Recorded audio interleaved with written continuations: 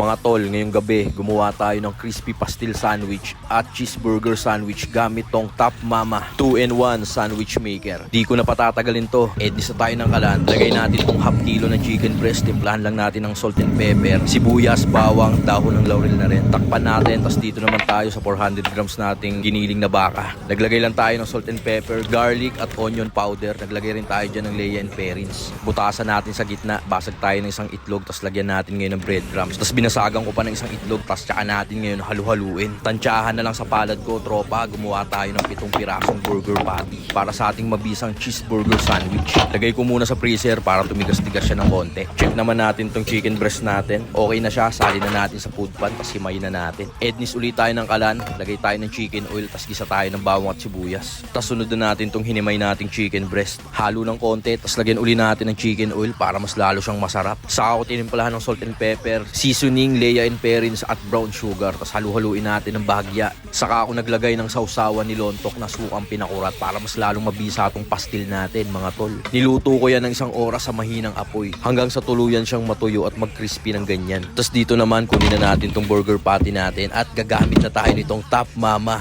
2-in-1 griller and sandwich press. Check mo, nasa yellow basket ko to, tropa. Pwede ka na rin mag-grill dito. Ganong katindi to, tol. Tas yan, lagyan na natin ng butter, taas baba. Tas basagan natin ng 2 itlog. Tas saka natin takpan. Saglit lang yan, tropa. Check natin, o okay na yan. Syempre, hahanguin na natin yan. Sunod naman natin tong homemade burger patty natin, par.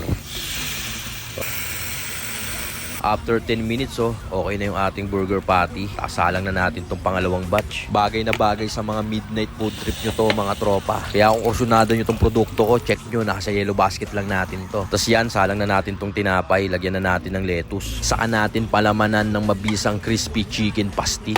Tapos lagyan natin ng tig-isang itlog. Tapos lagyan na natin ng butter yung gilid nyan. Tapos saka ako pinatungan ng tinapay, tropa. Tsaka natin pinires. 1 minuto lang, tropa. Okay na yung ating crispy chicken pastil sandwich. Cheeseburger sandwich naman tayo ngayon, mga tol. After ng tinapay, lagyan na natin ng mayonnaise yan. Tapos lagyan natin ng lettuce at cucumber. Saan natin lagay itong grilled beef patty natin. Saka ko linagyan ng quick melt cheese sa ibabaw. Talaga namang sasambulat sa bunganga mo to pag natikman mo to, tropa. Tapos nilagyan ko ng butter sa ibabaw yung mga tinapay natin. Tsaka natin ipinires. Grabe yan, tol. Tignan mo naman yung kesong awas-awas na yan. Tapos yan, kunin na natin nung okay na para masibak na natin to. Pakinggan mo naman, tol, kung gaano kalutong yan. Tapos yan, sibakin na natin. Tapos tignan mo naman, cheeseburger sandwich dito, Otits yan, tol. Dito naman tayo sa crispy chicken pastil sandwich. Napakasagad niyan, ropa. Auto pansit canton ka pag inabot mo to ngayong midnight. Yon, mga tol, ito na nagawa nating 2 klaseng sandwich. Gumawa tayo ng burger sandwich at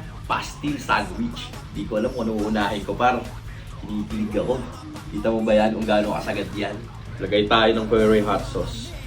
Mga tol, cheeseburger sandwich. Grabe. Dito naman tayo sa crispy pastil sandwich. Kita mo naman, tropa, napakasagad niyan. Sabi sa'yo hindi ka nagpapaniwala dito, Otits Grabe, mga tol, napakasagad. Crispy pastil sandwich. Pakpa. Grabe yan, tol, may quick melt cheese pa yan. Sarap! Balik tayo rito sa crispy pastil sandwich. Grabe yan, tol. Mauulol ka pag natikman mo to.